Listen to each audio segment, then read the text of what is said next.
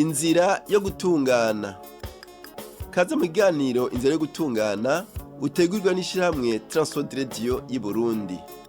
Inzira yo gutungana ni ikiganiro kigufasha guhitamwo ukuri kw'ijambo ry'Imana.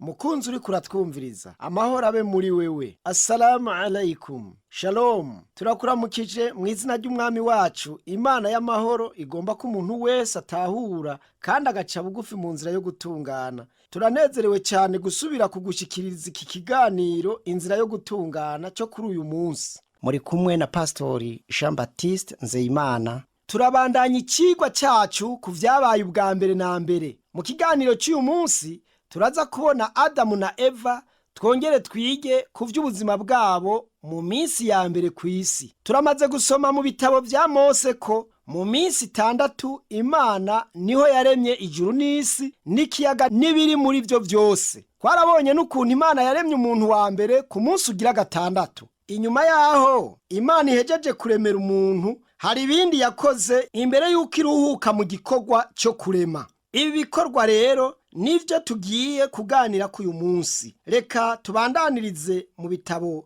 vya Mose, mu gitabo c'Itanguriro igice cya 2 duhere ku murongo ugirindwi. Ivyanditswe biravuga biti: Uhoraho Imana abumba umuntu mu mukungugu wo hasi, amuhumekera mu mazuru impwemu y'ubugingo, umuntu aca bufise ubugingo. Uhoraho Imana atunganya itongo muri Edeni mu ruhande rw'iburasirazuba, ashiramwo umuntu yabumvye. Ijambo ry'Imana riratubwira ukuntu Imana yatunganirije iri tongo ry'igitangaza umuntu yiremeye. Iryo tongo ryitwa Edeni bisigura ubwiza canke itongo rya paradizo. Bamwe biyumvira ko iri tongo Imana yashizemwo umuntu ryoba ryari mw'ijuru. Eka namba, ivyanditswe biratwereka yuko iryo tongo ryaraha kw'isi mu buseruko bwa Edeni, neza na neza mu gihugu ca Irake y'ubu. Ijambo ry'Imana ntabwo ryitiranya itongo ry'iparadizo Edeni riraha kw'isi be na paradizo y'ijuru. Iyi iri mu bwigobeko bw'isumba vyose. Mu mirongo ikurikira ijambo ry'Imana riravuga riti: Uhoraho Imana ameza igiti cyose cy'igikundiro kibereye kuribwa, ameza n'igiti cy'ubugingo hagati muri iryo tongo, ameza n'igiti kimenyekanisha iciza n'ikibi. Kandi uruzi ruturuka muri Edeni rwo kunywesha iryo tongo ruharenganye rwigaburamwo 4. Uhoraho Imana ajyana wa muntu niwe Adamu muri iryo tongo ryo muri Edeni ngo aririme arizigame. Turabona ko Imana yashyiriyeho umuntu wa mbere itongo ry'igikundiro aho ashobora kuba agatera imbere. Imana yamushyize mu itongo ritunganije ryuzuye ibiti vyama, ivyamwa bibereye ijisho kandi biryoshye. Ikintu gitangaje cyane muri Edeni nuko n'Imana yo nyene ubwayo yagomba kuza muri iryo tongo mu kayaga ko ku mugoroba kugira ngo ivugane n'umuntu yaremye mu isho yayo. Kubera iki Imana yagendera Adamu? Imana yagendera Adamu kubera nk'uko twabisomye, Imana yaremye umuntu kugira bagiriranire ubucuti. Intumbero y'Imana kwari kugira iyo n'abantu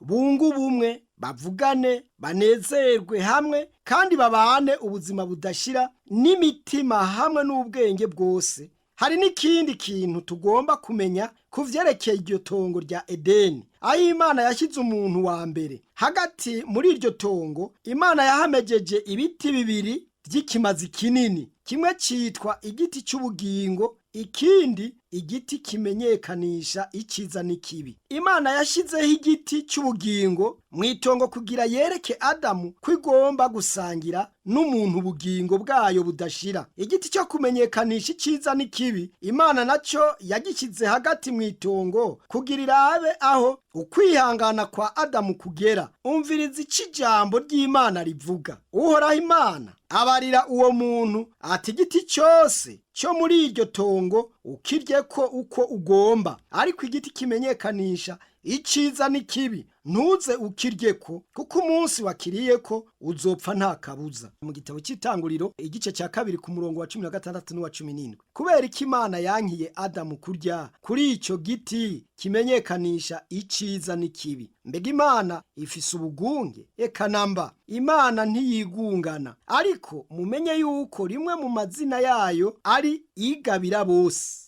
cete cyanditswe na Yakobo igice cya mbere ku murongo wa 5.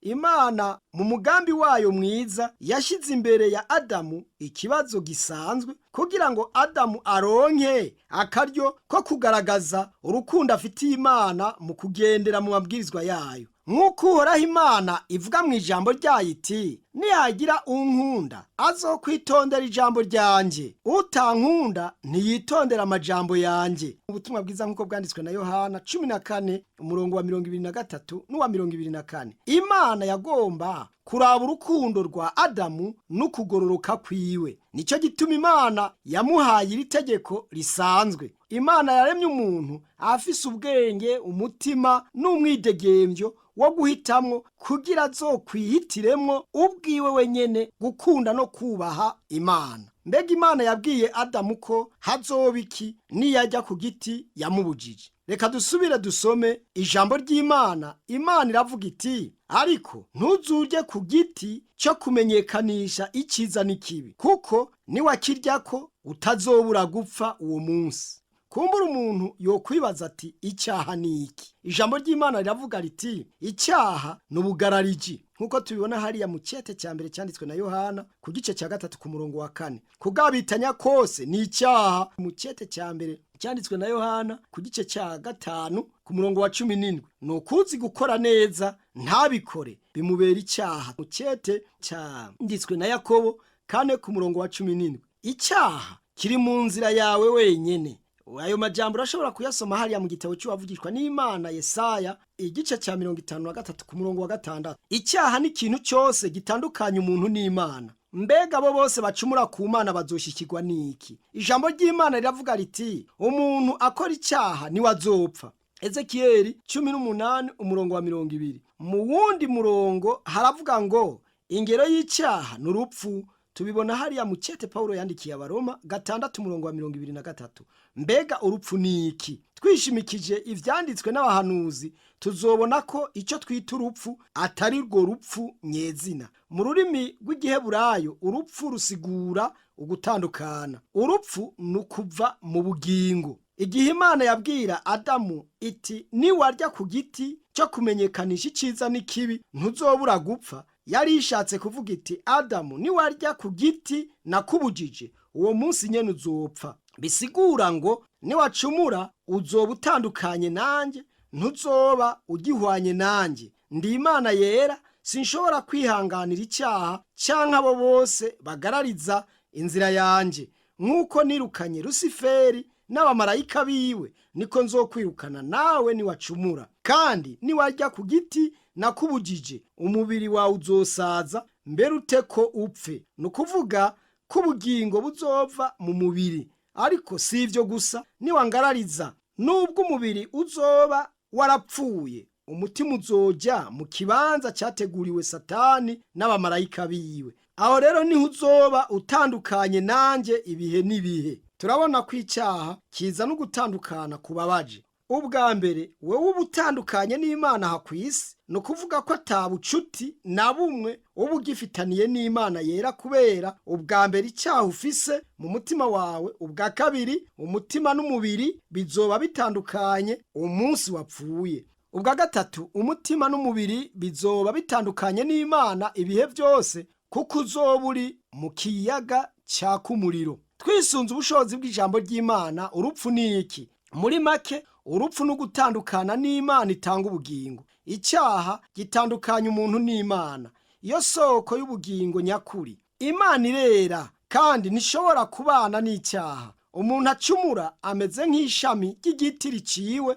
hanyuma rigatabwa inyuma y'uruzabibu. Amashami ntashoka yuma ubwo nyene agiciwe, ariko aca atangura kuma. Mu ngereranyo nuko nyene iyo utaronse inzira yo guharigwa icyaha iyi Imana yashyizeho, wiyumvira kuri muzima. Ariko ivyanditswe biravuga biti, hamwe mwari mugipfuye mwishwe n'ibicumuro n'ivyaha byanyu, nkuko tubisoma hariya mu cete Paulo yandikiye Abaefeso 2 ku murongo wa 1. Ariko ibigabitanyo byanyu nivyo vyabatandukanije n'Imana yanyu, kandi ibyaha byanyu nibyo byabakingiriye mu nyonga hayo bituma yanka no kubumva. Igitabo cy'abavugishwa n'Imana Yesaya ku kigabane cya 59 umurongo waho wa 2. Nk'uko ishami ryose ritari ku ruzabibu ritobasha kwama, niko n'umunyabyaha amera ku Mana. Nta kintu na kimwe yokora cyohimbara Imana, kubera ata bucuti na bumwe afitaniye nayo, kuko Imana ariyo ruzabibu rw'ukuri, isoko y'ubuzima bw'ukuri. Abanyabyaha icyo barindiriye ni urubanza rw'Imana gusa. Mu ijambo ry'Imana, Imana iravuga ukuntu dushobora kuba abagororotse imbere yayo, kandi tukumva twemezwa neza ko ibyaha byacu byahariwe. Mu kiganiro gikurikira ibi nivyo tuzorabira hamwe. Imbere yuko turangiza iki kiganiro cy'uyu munsi, twashaka dusome ibi bikurikira muri iki kigabane. Ijambo ry'Imana riratubwira ukuntu Imana yaremye umugore wa mbere. Umviriza, Uhoraho Imana aravuga ati, si byiza ko uyu muntu yibana wenyene, hinge ndamuronderere umufasha bikwiranye. Maze Uhoraho asinziriza uwo muntu ubutikoma, arasinzira, amukuramwo urubavu rumwe, ahomeka inyama mu gishingo cyarwo. Urwo rubavu Uhoraho Imana akuye muri uwo muntu arukuramwo umugore, amuzanira uwo muntu. Maze uwo muntu aravuga ati, uyu ni igufa ryo mu magufa yanje, ni akara ko mu mara yanje. Azokwitwa umugore kuko yakuwe mu mugabo. Nico gituma umuntu azosiga se na nyina, akabana n'umugore wiwe akaramata, bakaba umubiri umwe. Kandi uwo mugabo n'uwo mugore wiwe bompi bagenda amenya, ariko ntivyabatera isoni. Mu gitabo cy'Itanguriro igice ni 2 uhereye ku murongo wa 18 ugaca usoma uhereye ku murongo wa 21 kugeza ku 25. Turabona ko ubugeni ari umugambi Imana yashyizeho. Imana yaremye umugabo umwe n'umugore umwe kugira bakundane, basangire ubuzima, kandi bagire urugo ruhimbara Imana. Imana yakunze Adamu ikagomba ko aba uwuhimbawe muri byose. Yamuhaye iganuke ryiza cyane umugore. Imana yashaka ko Adamu asindagiza umugore wiwe, amuha byose, amukunda nk'uko yikunda. Ikirushirije, Imana yashaka ko umugore n'umugabo bunga ubucuti buhambaye nayo, bayimenye, bamenye urukundo rwayo, bayubaha ibihe bidashira. Mu cete Paulo yandikiye aba Efeso 5 uhereye ku murongo waho wa 21 ukageza ku murongo wa 33, ugaca usoma no mu gice cya 6 uhereye ku murongo waho wa mbere kugeza ku murongo wa 4. Nuko rero Imana irangiza igikorwa cyayo cyo kurema. Ivyanditswe biravuga biti, nuko Imana yihweza ibyo yaremye byose, kandi byari byiza cyane. Buragoroba buracya, uwo n'umunsi ugira 6. Ijuru n'isi binonosogwa kuremwa, bo nibirimwo byose vyisinzi. Ku munsi ugira 7 Imana inonosora ibikorwa byayo yakoze, iruhuka ku munsi ugira 7. Nuko Imana ihezagira uwo munsi w'indwi, iraweza, kuko ari wo Imana yaruhukiye ko ibikorwa byayo byose, ibyo yaremye kandi yakoze. Kubera iki Imana yaruhutse ku munsi ugira 7? Hoba hari kubera yari irushye? Oya namba, Imana ntiruha. Ivyanditswe biravuga ko Imana yaruhutse kubera yari yihejeje igikorwa cyayo, byose byari byiza. Nico gituma Imana yaruhutse igikorwa cyayo ku munsi ugira 7. Ni naco gituma hari iminsi 7. Mukunzi, turagushimiye cyane ukuntu waduteze yombi. Mu kiganiro gikurikira, Imana ibishatse, tuzorabira hamwe ukuntu icyaha cinjiye mu isi. Imana iguhezagire, kandi ugumye ijambo ku mutima rivuga riti, ingero y'icyaha n'urupfu, ariko ingabire y'Imana n'ubugingo budashira. Turabibona hariya mu cete Paulo yandikiye Abaroma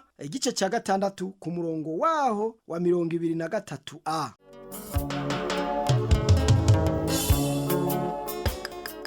Muhejeje kumviriza ikiganiro Inzira yo Gutungana. Ufise ikibazo cyangwa icyo wunganira, twandikire ku gasanduku k'amakete 1140 i Bujumbura. Telefone yo mu biro ni 22 24 26 57. Iyo woyitelefonako mu mwanya w'amasaha y'akazi. Urashobora gukoresha telefone ngendanwa ni 71 204 197 canke 69 499 619.